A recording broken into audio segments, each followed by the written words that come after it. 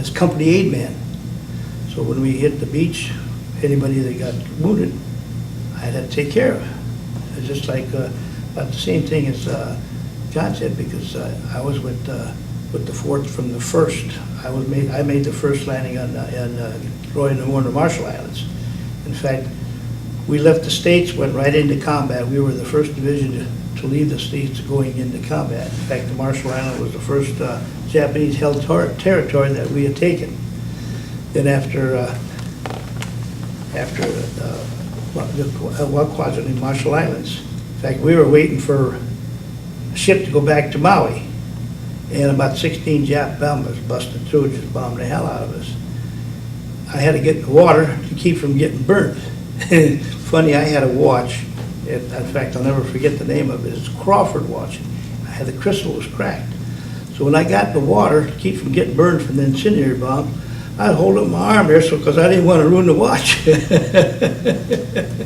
D-Day, I was in the second wave when we hit Evo. In fact, the coxswain on the Higginsboat, he got right smack through the head.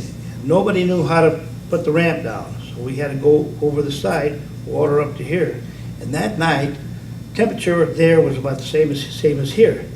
It froze. It was colder than hell. I mean, for two months after we got off that, my toes were still tingling. In fact, I patched guys up, I sewed guys up, not very good, but when I got wounded, I had to take care of myself. In fact, I didn't even know I was hit until I felt a little blood going down my leg, and then when I saw that instant, it started hurting. Prior to that, it didn't.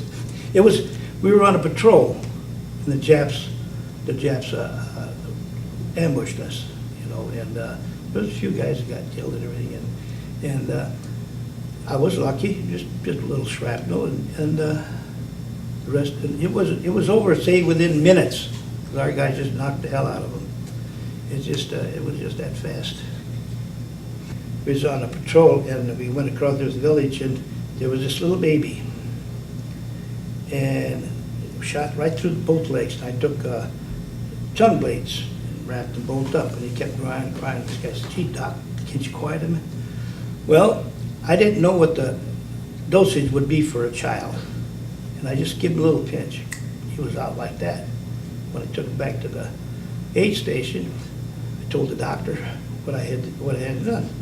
Right away, being a grad there, and I thought, what did I do wrong? Well, you don't give any drug to a baby. I say he was 6, 8 months old. He gave enough adrenaline to that baby to kill a horse, but it saved the baby's life. 2 days later, he sent word up to me that everything was fine. I felt kind of bad, because the kid was just about like this. And he was crying, and we were going through the jungle there, and this guy said, "Hey, Doc, keep that kid quiet." And then I kept him quiet all right, but almost killed him. But I had a lot of self-satisfaction when these guys would come back and thank me, I thought that made me feel good. But like John said about the bomb, you said about the bomb. Well, we were out in the field training for Japan proper, which was supposed to have been November 3rd of '45. And the first bomb I was in the chow line, and I could not visualize one bomb being that devastating, because the Japs bombed us on the Marshall Islands, you had big craters and everything like that. And then after the second bomb, that's when I got my orders to come back to the States. I said, "Keep dropping them some, Mitch." I want to go home.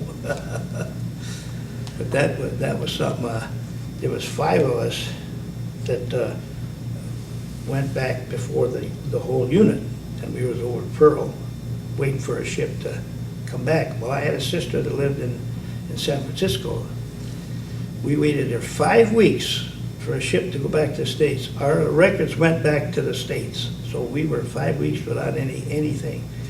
When he got back to the States, I had to panhandle a nickel so I could call my sister to bring me some money.